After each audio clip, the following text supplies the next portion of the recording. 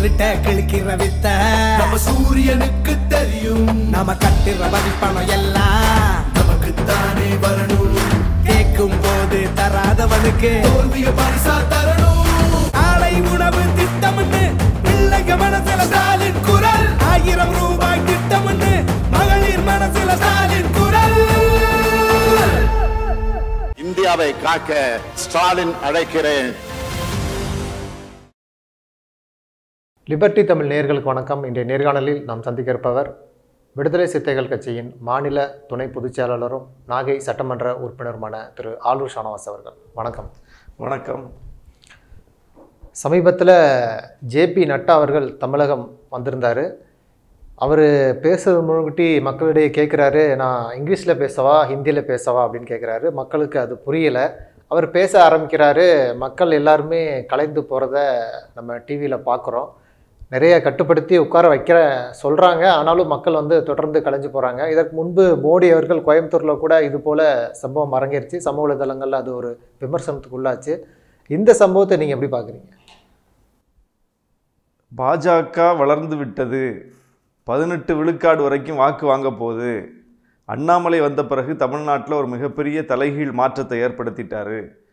வேணா பாருங்கள், இந்த முறை பாஜக வாங்கக்கூடிய வாக்கே பாஜகவுடைய வளர்ச்சியை வெளிக்காட்ட போகுது அப்படின்லாம் அவங்க சொல்லிக்கிட்டு இருக்கும்போது தான் கோயம்புத்தூரில் பிரதமரே வந்த பிறகும் ரோட் ஷோ எவ்வளோ பெரிய ஃபெயிலியர் ஆச்சு அப்படிங்கிறத பார்த்தோம். இத்தனைக்கும் அந்த ரோட் ஷோவுக்கு அனுமதி தர முடியாதுன்னு அரசாங்கம் சொன்னாங்க. அதை கேட்டுட்டு இவங்க எஸ்கேப் ஆகியிருந்துருக்கலாம். அரசாங்கம் தடுத்துருச்சு, எங்கள் வலிமையை பார்த்து அரசாங்கம் பயப்படுது, எங்களை தடுத்துட்டாங்க அப்படின்னு சொல்கிறதுக்கு ஒரு காரணமாவது அவங்களுக்கு இருந்துச்சு. ஆனால் வம்படியாக போய் ரோட் ஷோ நடத்தியே தீர்வோம்னு சொல்லி நடத்தினதுனால தான் கடைசியில் என்னாச்சுன்னா பிஜேபியினுடைய வலிமை என்னங்கிறது தெரிஞ்சுது. மோடி வந்த ஷோவே அட்டர் ஃபெயிலியர் அப்படிங்கிறது அன்னைக்கு பார்த்தோம் நம்ம. அதுக்கப்புறம் இப்போ திருச்சியில் திரும்ப நான் ரோட் ஷோ போயே தீர்வேன் அப்படின்னு சொல்லி இவங்க அனுமதி கேட்டாங்க. வழக்கம் போல் காவல்துறையும் தேர்தல் ஆணையம் அவ்வளோ பெரிய இதில் தர முடியாது அப்படின்னு சொல்லி மறுத்தாங்க. இவங்க கேட்டதே ஒரு ரொம்ப குறுகலான ஒரு சந்தில் தான் கேட்டாங்க போல இருக்குது. ஏன்னா குறுகலான சந்தில் கொஞ்சம் கூட்டம் போனால் கூட பெரிய கூட்டம் மாதிரி தெரியும். ஏற்கனவே கோயம்புத்தூரில் பட்ட அடி அவங்களுக்கு பாடமாக இருக்கிறதுனால ஒரு குறுகலான சந்தில் கேட்டிருக்காங்க.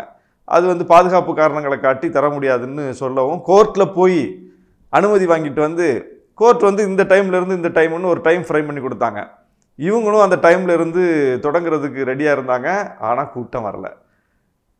ரொம்ப நேரம் வெயிட் பண்ணி 5 மணிலேருந்து வெயிட் பண்ணி அப்புறம் 7:30 மணிக்கு மேலே ரோட் ஷோ நடத்தியிருக்காரு நட்டா. கூட்டமே வரல. வந்த கூட்டத்தை எப்படி கோயம்புத்தூரில் பின்னாடி இருந்த கூட்டத்தை அப்படியே வர சொல்லி முழு ரோட் ஷோலையும் அதே கூட்டத்தை, ஒரு இடத்தில் குவிந்த அதே கூட்டத்தை மொத்த ரோட் ஷோவினுடைய கூட்டமாக காட்டினாங்களோ, எப்படி 2 சைடும் வரவேற்பதற்கு மக்கள் இல்லையோ, பள்ளி குழந்தைகளை கொண்டு நிறுத்தி அப்படியாவது கூட்டத்தை காட்டலான்னு முயற்சி பண்ணாங்களோ, அது மாதிரி இங்கே பள்ளி குழந்தைகளையும் கூட்டு வர முடியல, பின்னாடி இருந்த கொஞ்சம் கூட்டத்தையும் ரோடு முழுக்க நடத்தி அப்படியே சமாளிச்சிருக்காங்க. கூட்டமே இல்லை. சரி, அதற்கு முன்னால் எங்கள் சிதம்பரம் தொகுதியில் எங்கள் தலைவரை எதிர்த்து பிஜேபி வேட்பாளர் போட்டிருக்காங்க. அந்த வேட்பாளரை ஆதரித்து அரியலூரில் நட்டா பேசினார். அங்கே சுத்தமாக கூட்டமே இல்லை. அவர் பேசிக்கிட்டு இருக்கும் போதே எழுந்து இருந்த கூட்டமும் போயிடுச்சு. இருக்கைகள் முழுக்க காலி. நேற்று லைவ்லையே பார்த்தோம். அதற்கு பிறகு போய் கரூரில் கூட்டம் போட்டார். எந்த கரூரில்? அண்ணாமலையின் சொந்த மண்ணில். அண்ணாமலை தான் இன்னைக்கு பிஜேபியை வளர்த்துருக்காரு, அண்ணாமலையால் தான் இவ்வளோ பெரிய எழுச்சியை பெற்றிருக்கிறோம்னு அவங்க சொல்லிட்டு இருக்காங்களா. அந்த அண்ணாமலையினுடைய ஊரில் பாஜகவினுடைய தேசிய தலைவர் பேசுகிறார். அங்கேயும் இதே ரிசல்ட்டு தான். நீங்கள் செந்தில் பாலாஜி ஊரில் போய் கூட்டம் முதல்ல போடலாமா? அவர் சிறையில் இருக்கலாம், சிறையில் தானே இருக்கார், நம்ம பார்த்துக்கலாம்னு நினச்சிட்டு இவங்க போயிருக்கலாம். ஆனால் அண்ணாமலையை நம்பி போயிருப்பாங்கன்னு நினைக்கிறேன். அண்ணாமலையை நம்பி போனால் என்ன ஆகும்? நட்டாவாக இருந்தாலும் நட்டாட்டில் தான் நிற்கணுங்கிறது இன்னைக்கு தெரிஞ்சு போச்சு. ஏற்கனவே மோடி வந்த போதே தெரிஞ்சு போச்சு. கோயம்புத்தூர் பிஜேபியினுடைய செல்வாக்கு மிக்க மண்ணுன்னு அவங்க கிளைம் பண்ணக்கூடிய ஏரியா. அந்த ஏரியாவில் மோடிக்கே அவ்வளோ பெரிய சிக்கல்னா நட்டா யாரை நம்பி வந்தார்? மோடிக்கே அப்படிப்பட்ட கதினா நம்ம கதி என்னன்னு கொஞ்சம் யோசிச்சிருக்கலாம்ல. நடுவில் ஒருத்தர் காணாமல் போயிட்டார். யார்? அமித்ஷா. மோடி வந்தார் ஃபெயிலியர் ரோட் ஷோ, நட்டா வந்தார் ரோட் ஷோ ஃபெயிலியர். நடுவில் ஒருத்தர் வர்றாருன்னு 2 முறை சொல்லி வராமல் கேன்சல் பண்ணது ஏன்னு இப்போ தெரியுதா? இப்போ ஏன் அமித்ஷாவை சாணக்கியன்னு சொல்கிறாங்கன்னு தெரியுதா? அப்போ அமித்ஷா உண்மையிலே இப்போ சாணக்கியன் தான். ஏன்னா தமிழ்நாட்டுக்கு போனால் சந்தியில் நிறுத்திடுவாங்க, கூட்டம் வராது, நம்ம பெரிய இரும்பு மனிதர்னு சொல்லி நம்ம ஒரு பில்டப்பை வச்சிருக்கிறோம், சாணக்கியன்னு சொல்லி பில்டப்பை உருவாக்கி வச்சிருக்கிறோம், பெரிய தேர்தல் விற்பனர்னு நம்மளை பார்த்து எல்லாம் பயப்படுறாங்க, நம்ம போய் தமிழ்நாட்டுக்கு போனால் சந்தியில் தான் நிற்கணும் அப்படின்னு அவருக்கு தெரிஞ்சிருக்கு. அதனால 2 முறை தமிழ்நாட்டு பயணத்தை ரத்து செய்து விட்டார். ரத்து செய்துட்டு அவர் வடக்குக்கு போயிட்டார். ஏன்னா அங்கே வடக்கில் எல்லா இடமும் இப்போ பெரிய பிரச்சனையாக இருக்குது. அங்கே போய் எல்லாத்தையும் சமாளிக்க வேண்டியிருக்குது. ஊருக்கு ஊர் போராட்டம், குஜராத்தில் பிரச்சனை, ஹரியானாவில் பிரச்சனை, மகாராஷ்டிராவில் பிரச்சனை, கூட்டணிக்குள்ள குழப்பம், வேட்பாளர்கள் பிரச்சனை, உத்தரப்பிரதேசத்தில் பிரச்சனை, எல்லா இடம் பிரச்சனை. அதனால அவர் அங்கே உள்ள வேலையை பார்ப்போம், இங்கே போய் என்னாக போகுதுன்னு எஸ்கேப் ஆயிட்டார். இதுதான் இன்னைக்கு பிஜேபிக்கு இருக்கக்கூடிய தமிழ்நாட்டினுடைய கள நிலைமை. ஆனால் இது நாங்கள் அப்படி வளர்ந்துட்டோம் இப்படி வளர்ந்துட்டோம்னு சொல்லி இவங்க சொன்னது அத்தனையுமே பொய் என்பதை இன்னைக்கு களம் நிரூபிக்குது. நம்ம ஏற்கனவே சொன்னோம், பிஜேபி வளர்ந்துருக்கா இல்லையாங்கிறத களந்தாங்க தீர்மானிக்கணும். அண்ணாமலையை வச்சுக்கிட்டு அவர் பேசுகிற பேச்சை வச்சுக்கிட்டு அவருக்கு 4 பேர் போடுற மீம்ஸை வச்சுக்கிட்டு இதையெல்லாம் வச்சு தீர்மானிக்க முடியாது, களம்தான் தீர்மானிக்கணும். ஏற்கனவே ஈரோடு இடைத்தேர்தல் வந்துச்சு. அப்போ அண்ணாமலைக்கு அது ஒரு வாய்ப்பு. அண்ணாமலை பதவி ஏற்ற பிறகு, தலைமை பதவி ஏற்ற பிறகு 2 ஆண்டுகள் கழித்து ஒரு தேர்தல் வருது. அதில் நின்று கொங்கு மண்டலத்தில் அந்த தேர்தல் வருது. அதில் நின்று தன்னுடைய வலிமை நிரூபிப்பதற்கு அவருக்கு ஒரு வாய்ப்பு கிடைச்சிது. ஆனால் அதில் அவர் எஸ்கேப் ஆயிட்டார். அதிமுகவுக்கு தான் வலிமை இருக்குன்னு அவரே ஒத்துக்கிட்டார். அப்போ களத்தை சந்திப்பது என்று வரும்போது எஸ்கேப் ஆயிட்டார். அன்னைக்கு நின்று தான் தெரிஞ்சிருக்கும் பிஜேபிக்கு எவ்வளோ ஓட்டுன்னு, அண்ணாமலை தலைமைக்கு எவ்வளோ ஓட்டுன்னு ஈரோடு இடைத்தேர்தலில் தெரிஞ்சிருக்கும். எஸ்கேப் ஆயிட்டார். உள்ளாட்சி தேர்தலில் அதிமுக அவரோட பயணிக்க விரும்பாததுனால அவங்க தனியாக போயிட்டாங்க, தனியாக போனாங்க. உள்ளாட்சி தேர்தலில் பிஜேபி பெர்ஃபார்ம் பண்ணது எங்கே? கன்னியாகுமரியில். அவங்களுக்கு எங்கே செல்வாக்கு இருக்கோ, எங்கே ஏற்கனவே தனியாக நின்று கூட அவங்க ஜெயிக்க முடியுங்கிற அளவுக்கு வலிமை இருக்கோ, ஏற்கனவே 96லயே சுயேட்சையாக நின்று எம்எல்ஏ வந்த இடம் அது பத்மநாபபுரம்லாம், நாகர்கோவில் கன்னியாகுமரியில் அவங்களுக்கு ஒரு களம் இருக்குது. அந்த இடத்துல அதிகமாக ஜெயிச்சுட்டு அதை வச்சுட்டு பார்த்தீங்களா, நாங்கள் தனியாக நின்று இத்தனை கவுன்சிலர் வந்துட்டோம், இத்தனை பஞ்சாயத்து தலைவரை பிடிச்சிட்டோம், எங்கள் தமிழ்நாடு முழுவதும் பிடிச்சிருக்கீங்களா? எங்கே பிடிச்சிருக்கீங்க? அப்போ அதை வச்சுக்கிட்டு தான் அவர் ஒரு ஃபிலிம் காட்டினாரே தவிர உண்மையிலேயே பிஜேபி வளரவே இல்லை, வீழ்ந்திருக்கிறது. ஏற்கனவே தமிழிசை தலைமையில் இருந்த வலிமையை விட, முருகன் தலைமையில் இருந்த வலிமையை விட, அதற்கு முன்னால் இருந்த தலைவர்கள் அந்த கட்சியை வளர்த்ததை விட அண்ணாமலை வந்த பிறகு உட்கட்சி பிரச்சனை, கேமரா வைக்கிறது, போட்டு கொடுக்கறது, காட்டி கொடுக்கறது, உள்ளடி வேலை பார்க்கறது, எடுத்தெறிஞ்சு பேசுறது, செய்தியாளர்களை தரக்குறைவாக நடத்துறது, எதிர்கட்சி தலைவர்களை தரக்குறைவாக அநாகரிகமாக பேசுறது, மக்களை பொருட்படுத்தாமல் பேசுறது, இது போன்ற அவருடைய தன்மையினால பிஜேபி இன்னைக்கு பல அடி பின்னாடி போயிருக்குங்கிறது தான் உண்மை. அதுதான் இன்னைக்கு நம்ம பார்த்துக்கிட்டு இருக்கோம். இல்லை, அண்ணாமலை அவர்கள் மீது இந்த குற்றச்சாட்டு மட்டுமல்ல, இன்னொரு குற்றச்சாட்டும் சேர்ந்துருக்கு. அதாவது ரயில் நிலையத்தில் 4 கோடி ரூபாய் பறிமுதல் பண்ணியிருக்கிறாங்க பாஜக பிரமுகர் நயினார் நாகேந்திரனுடைய ஆதரவாளர். அதற்கு பின்னணியில் அந்த எந்த கோச்சில் எத்தனை நம்பர் சீட்டில் இருக்கிறாங்கன்னு துல்லியமாக தகவல் கொடுத்துருக்குறாங்க. அது நயினார் நாகேந்திரனுக்கு எதிரான ஒரு ஆள் தான் இதை செஞ்சுருக்க முடியும் அப்படின்னு சொல்கிறாங்க. சமூக வலைதளங்கள் பூராவுமே இந்த சம்பவத்தை செஞ்சது அண்ணாமலை தான் அப்படின்னு ஒரு செய்தி பரவுது. ஏன்னா அவர் இதுக்கு முன்பு கூட கேடி ராகவன் விஷயத்தில் கூட அவர் பின்புலமாக இருந்தார். அதனால் இதையும் அவர் தான் செஞ்சுருப்பாரு. அதாவது தன்னை விட அதிக வாக்கு வாங்கிடக்கூடாது, வெற்றி பெற்று அமைச்சர் ஆகிடக்கூடாதுங்கிற ஒரு காழ்ப்புணர்ச்சி அவருக்கு இருக்குன்னு சமூக வலைதளங்களில் அந்த செய்தி பரவுவதை பார்க்குறோம். இதை நீங்கள் எப்படி பார்க்குறீங்க? சுப்பிரமணியபுரத்தில் அந்த படத்தில் சமுத்திரக்கனி போட்டு கொடுப்பார்ல போலீஸ்க்கு, அதே மாதிரி காட்சியை வச்சு அண்ணாமலை போட்டோ வச்சு மீம்ஸ் போட்டுக்கிட்டு இருக்காங்க. மக்கள் அப்போ எவ்வளோ தூரம் ஒரு அரசியலை தெளிவாக புரிஞ்சுக்கிட்டு அந்த நேரத்தில் கரெக்டாக வெளிப்படுறாங்கங்கிறதுக்கு அது ஒரு சான்று. இதில் என்னென்னா, நயினார் நாகேந்திரன் உண்மையிலேயே கள வலிமை உள்ளவர். நீங்கள் சொந்த ஊரில் அண்ணாமலை தோற்று போகிறார், ஆனால் சொந்த ஊரில் நயினார் நாகேந்திரன் ஜெயிக்கிறார். கொங்கு மண்டலத்தில் பிஜேபிக்கு வலிமை இருக்குன்னு அவங்க கிளைம் பண்ணிக்கிறாங்க. வலிமை உள்ள இடத்தில் அண்ணாமலை கட்சியின் தலைவரை தோற்று போகிறாரு. திருநெல்வேலியிலலாம் வலிமை கிடையாது பிஜேபிக்கு. பிஜேபி அந்தளவுக்கு அங்கே செல்வாக்கு பெறலை, வளரலை. வளராத இடத்தில், வலிமை இல்லாத இடத்தில் நயினார் நாகேந்திரன் ஜெயிக்கிறார். ஜெயிச்சு எம்எல்ஏ ஆகிட்டார். அப்போது நயினார் நாகேந்திரனுக்குன்னு ஒரு செல்வாக்கு இருக்குது. அவர் ஒரு பெரிய ஒரு திராவிட கட்சிகளில் பயணித்தவர், அதிமுகவில் அமைச்சராக இருந்தவர், ஒரு செல்வாக்கு மிக்க தலைவராக இருந்தவர், எல்லாற்றையும் எளிதில் இறங்கி பழகக்கூடியவர். இவங்கள மாதிரியான ஒரு வெறுப்பு அரசியல் அவர் செய்கிறதில்லை. அந்த மாதிரி அவருக்கு களத்தில் ஒரு மதிப்பு இருக்குது அவருக்கு. அந்த தனிப்பட்ட வலிமையின் மூலம் போய் அவர் பிஜேபியில் சேர்ந்து இன்றைக்கி அவர் ஒரு தவறான முடிவு எடுத்துட்டார். நம்முடைய பார்வையில் அது தவறான முடிவு. அவருடைய அரசியல் அது சரியான அரசியல் கிடையாது. ஆனாலும் அவருக்குன்னு ஒரு செல்வாக்கு இருக்குது. அந்த செல்வாக்கில் அவர் ஜெயித்தார். இப்போ மீண்டும் நிற்கிறார். நிற்கும்போது அவர் மீண்டும் ஜெயித்து விட்டால் அப்படிங்கிற ஒரு விஷயத்துல அண்ணாமலைக்கு ஒரு மிகப்பெரிய அச்சம் ஏற்பட்டிருக்கக்கூடும். ஏன்னா அண்ணாமலை தான் தமிழ்நாட்டின் முகமா இருக்கணும், தான் இருக்கணும் அப்படிங்கிறதுல அவர் தெளிவா இருக்காரு. அதனால கட்சிக்குள்ள அவர் போன உடனேயே மற்ற தலைவர்களை ஓரங்கட்டுறது, அவங்களுக்கு எதிரான விஷயங்களை செய்யறது, இதெல்லாம் நடந்துகிட்டு இருக்குங்கிறத எல்லாரும் எல்லா நேரத்திலையும் சொல்லிக்கிட்டு தான் இருக்காங்க. பல தகவல்கள் வெளிவந்துகிட்டு இருக்கு. அதனால நயினார் நாகேந்திரனே நேற்று என்ன சொல்லியிருக்காரு, என்ன டார்கெட் பண்றாங்க,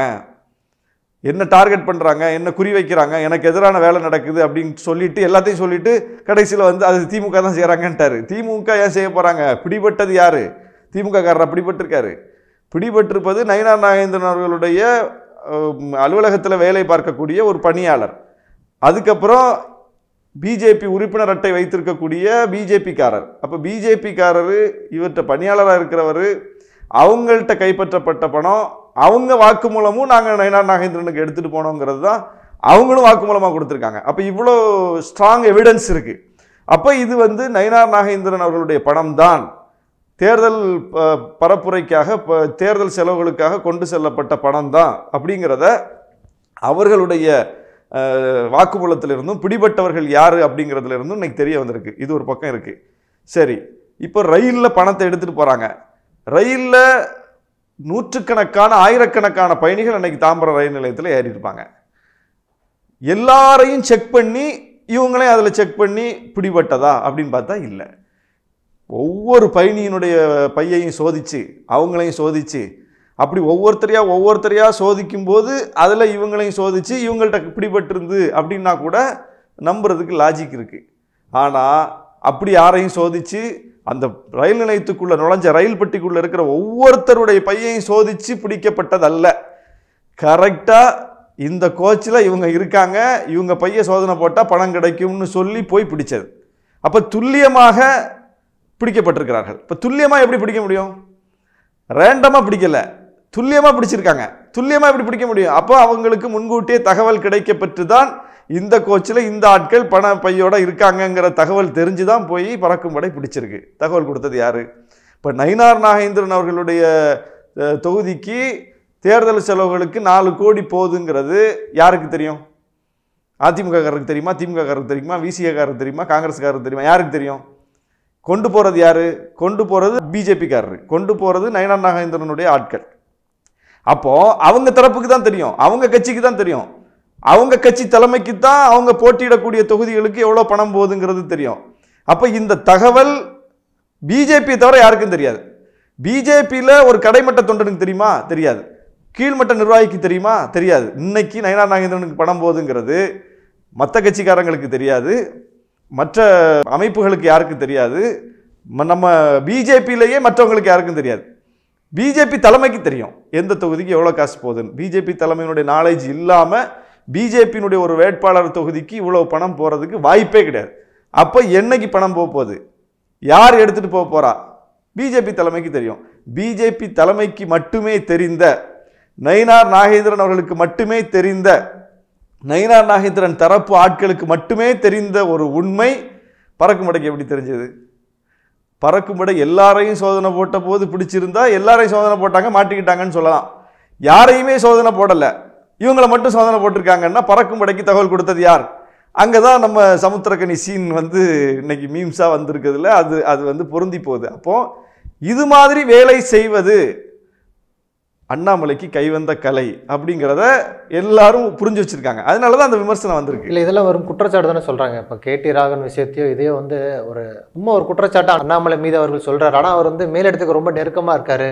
ஏன்னா அவரை எவ்வளவோ முயற்சி பண்ணாங்க, அவரை தலைமை பொறுப்பில் மாற்றவே முடியல. அவர் எப்படி இதை பண்ணுவார் அப்படின்னு தானே கேட்குறாங்க. அதாவது இந்த உட்கட்சி போட்டிங்கிறது ரொம்ப முக்கியமாக கவனிக்க வேண்டிய ஒன்று. அண்ணாமலை ஒரு வீராதி வீரராக இன்னைக்கு அந்த கட்சியை முன்னிறுத்தி நிற்கலை. அவர் இது மாதிரி வேலைகள் செய்து தான் நிற்காரு. அவர் வந்த நாள்ல இருந்தே பார்க்குறோம். அவர் பேசுகிற எதுலேயுமே அவர்கிட்ட தொடர்ச்சி கிடையாது, அவர் பேசுகிற எதுவுமே உண்மை கிடையாது, போகிற போக்கில் அடித்து விட்டுட்டு போகிறவருங்கிறது அவர்கிட்ட இருந்து நமக்கே தெரியுதா, எல்லாருக்கும் தெரியுதா? அவர் எதுலையாவது ஒரு உண்மையை சொல்லி ஒரு பரப்புரை செஞ்சிருக்காருன்னு சொல்லுங்க பார்ப்போம். ஒரே ஒரு சான்று சொல்லுங்க. அவருடைய ரஃபேல் வாட்சியிலிருந்து, அவர் அந்த கிறிஸ்தவ பள்ளியில் மாணவி இறந்து போன விஷயத்தை கையில் எடுத்ததுலேருந்து எத்தனை விஷயம் எல்லாமே அப்பட்டமான பொய். என்னையே வந்து வழக்கை விசாரிக்கணும் கோயம்புத்தூரில் அப்படின்னு சொல்லி அவர் கிளப்பின பிரச்சனையிலேருந்து ஒவ்வொன்றையும் பாருங்கள், எதுலையாவது ஒன்றில் உண்மை இருக்கா? அப்போ எல்லாமே பொய் தான் பேசுவார். சொல்லிவிட்டு அப்புறம் அடுத்த கதைக்கு போயிடுவார். அவரே அதை பற்றி பேச மாட்டார். இப்போ ரஃபேலை பற்றி அவர் பேசுகிறாரா? வாட்சை பற்றி? இப்போ அந்த கிறிஸ்தவ பள்ளி பற்றி பேசுகிறாரா? ஏன் பேச மாட்டார்? அந்த பிரச்சனைலாம் முடிஞ்சிருச்சா? அந்த பிரச்சனை இருக்குல்ல, அது முடியலைல்ல, ஏன் இப்போ பேச மாட்டாரு? அப்போ அந்த மாதிரி பொய்யை சொல்லி இட்டுக்கட்டி அவதூறு பரப்பி அதன் மூலம் வந்து டெய்லி லைம்லைட்டில் நிற்கிறதையே தன்னுடைய முழு நேர வேலையாக வச்சிருக்கிறவர் இதெல்லாம் செய்ய மாட்டாருன்னு என்ன நிச்சயம் இருக்குது? எல்லாம் செய்யத்தானே செய்கிறாரு. எவ்வளோ விஷயங்கள் நடக்குது. எத்தனை பேர் வெளியே வந்துட்டாங்க அந்த கட்சியை விட்டு? எவ்வளோ பேர் வெளியே வந்திருக்காங்க இந்த இவருடைய காலத்தில் மட்டும்? எல்லாரும் இதே மாதிரியான ஒரே குற்றச்சாட்டை தானே சொல்லிட்டு வெளியே வர்றாங்க. வேற வேற சொல்லலையே, ஒரே மாதிரி தான் எல்லாரும் சொல்லிட்டு வெளியே வர்றாங்க. அவங்க கட்சியிலிருந்து, வேற கட்சிக்காரங்க இல்லை, அவங்க கட்சிக்காரங்க, அந்த தலைமையை ஏற்றுக்கிட்டு பயணித்தவங்க, நீண்ட காலம் பயணித்தவங்க, ஒவ்வொருத்தராக ஏன் வெளியே வர்றாங்க? அப்போ இவருடைய போக்கு, இவர் எப்படி கட்சி நடத்துகிறாரு, இதெல்லாம் பார்த்துக்கிட்டு பிடிக்காதவங்க வெளியே வந்துட்டாங்க. இப்படி இருக்கிறவங்க மாட்டிக்கிட்டு இருக்காங்க. இப்போ நயினார் நாகேந்திரன் போன்றவர்கள் வந்து வேற கட்சிகளில் பெரிய இடத்துல இருந்தவங்க, பெரிய பெரிய தலைவர்களோடு அரசியல் பண்ணவங்க, களத்தில் வந்து அரசியல் பண்ணி செல்வாக்கை நிரூபித்தவர்கள் அண்ணாமலைகிட்ட வந்து மாட்டிட்டு கிடக்குறாங்க. அதனால இதையெல்லாம் அவங்க அனுபவிச்சு தான் ஆகணும். இதில் என்னன்னா, இது நம்புவதற்கு இடம் இருக்கிறது. அண்ணாமலை ஜெயிக்க முடியாது, அண்ணாமலை ஓட்டு வாங்க முடியாது, அண்ணாமலைக்கு அந்த வலிமை இல்லை, அண்ணாமலைக்கு மக்கள் ஓட்டு போட மாட்டாங்க. நயினார் நாகேந்திரனால் ஓட்டு வாங்க முடியும். ஓட்டு வாங்கியிருக்கார், ஜெயிச்சு காட்டியிருக்கிறார். பிஜேபி வலிமையற்ற இடத்திலேயே செய்து காட்டியிருக்கிறார். அதனால அவர் முன்னேறி போயிடுவாரோ, 2ஆம் இடத்தை பிடிச்சிடுவாரோ? கட்டாயமாக ஜெயிக்க முடியாது. ஆனால் 2ஆம் இடத்தை பிடிச்சிட்டா கூட அது அண்ணாமலைக்கு சவால். அண்ணாமலையால் 2ஆம் இடத்தை பிடிக்க முடியாது, அண்ணாமலையால் 3ஆம் இடத்தை கூட பிடிக்க முடியாது. அண்ணாமலை நோட்டா கூட போட்டி போட்டுட்டு இருக்காருங்கிறது தான் வர்ற ரிசல்ட். அப்போ ஒரு தலைவர் நோட்டா கூட போட்டிட்டு இருக்கும்போது அதிமுகவை பின்னுக்கு தள்ளி திருநெல்வேலியில் நயினார் நாகேந்திரன் 2வது இடத்தை பிடித்து விட்டால் அப்புறம் வந்து பிஜேபி தலைமை அண்ணாமலை பார்க்குமா, நயினார் நாகேந்திரனை பார்க்குமா? இந்த கேள்வி இருக்குல்ல. அப்போ அண்ணாமலையினுடைய அரசியல் வாழ்வு அந்த இடத்துல முடிஞ்சு போயிடும். அப்போ முடியக்கூடாது, அது தொடரணும் அப்படின்னா இங்கே நயினார் நாகேந்திரன் வந்து வாக்கு வாங்கக்கூடாது. அப்போ வாக்கு வாங்குவதற்கு என்னென்னலாம் செய்யணுமோ அதையெல்லாம் அவர் செய்யக்கூடாது. இன்னைக்கு இருக்கிற அரசியல் நிலவரத்தில் என்னெல்லாம் செய்யணுமோ அதெல்லாம் அவர் செய்யறதுக்கு அவர் ரெடி ஆகிட்டார். இவர் வந்து ஒரு பக்கம் என்ன சொன்னார், நாங்கள் வந்து பணமே செலவு பண்ணாமல் தேர்தலை சந்திக்க போகிறோம் அப்படின்னு இவர் சொன்னார். பணமே செலவு பண்ணாமல் தேர்தலை சந்திக்க போறியா, டீ குடிச்ச வந்து காசு யார் கொடுப்பான்னு எடப்பாடி கேட்டார். அவரை இவர் கிண்டல் பண்ணார். கடைசியில் பாருங்கள், இப்போ அவங்க கட்சிக்கு தான் எவ்வளோ பணம் செலவழியுது, எவ்வளோ கோடிகள் புரளுது அப்படிங்கிறது இன்னைக்கு பிடிபட்ட பிறகு தெரியுது. அண்ணாமலைக்கு இது மாதிரி கோடிகள் வந்து போயிருக்கோம். அங்கே கோயம்புத்தூர்லையும் வந்து முறையாக சோதனை போட்டால் சிக்கும், கண்டிப்பாக கிடைக்கும். ஆனால் போட மாட்டாங்க, செய்ய மாட்டாங்க. இப்போ இந்த பணத்தை கூட வருமான வரித்துறை என்ன பண்ண போகுது? இதில் வந்து தோண்டி துருவி இப்போ வந்து நிரூபிக்க போகிறாங்களா? ஒன்றும் இல்லை, அப்படியே விட்டுருவாங்க. ஏன்னா பிஜேபியினுடைய அந்த கொடுங்கரங்கள் எல்லா இன்ஸ்டிடியூஷனையும் வந்து பிடிச்சி வச்சிருக்கிறதுனால என்ன வேணாலும் செஞ்சுருவாங்க. அப்படியே வந்து ஒரு 2 நாள் செய்தி அதோட முடிச்சிருவாங்க. அதனால அண்ணாமலையை சோதனை இட்டால் அண்ணாமலை எத்தனை கோடி செலவு பண்ணுறாரு? ஏன்னா அவருக்கு வந்து இப்போ வந்து தன்னுடைய இதை நிரூபிக்க வேண்டிய இடத்துல இருக்கிறார், இக்கட்டான இடத்துல இருக்கிறார். அதனால எந்த லெவலுக்கும் போவார். பிஜேபி தலைமையிட்ட இருந்து எத்தனை கோடி வாங்கி வேணாலும் செலவு பண்ணுவார், பண்ணிட்டு தான் இருப்பார். ஆனால் அதை வந்து சோதனை இட்டு கரெக்டாக வந்து எக்ஸ்போஸ் பண்ணுறதுக்கு யாரும் தயாராக இல்லை. நயினார் நாகேந்திரனை எக்ஸ்போஸ் பண்ணுறதுக்கு அண்ணாமலை தயாராக இருந்தார். நயினார் நாகேந்திரனையும் போய் வந்து தேர்தல் ஆணையம் பிடிச்சிருச்சுன்னா நம்ப முடியாது. தகவல் கிடச்சிருக்குது, அண்ணாமலை வந்து போட்டு கொடுத்துருப்பாரு, அதனால போய் சோதனை பண்ணியிருப்பாங்க. மற்றபடி தேர்தல் ஆணையமாக போய் இந்த முறைகேடான தேர்தல் முறையை வந்து நம்ம எக்ஸ்போஸ் பண்ணுவோம்னு சொல்லி அப்படி பண்ணதா இதை நம்ம கருத முடியாது. அப்படி பண்ணால் முதல்ல அண்ணாமலை தான் சிக்கியிருப்பார்.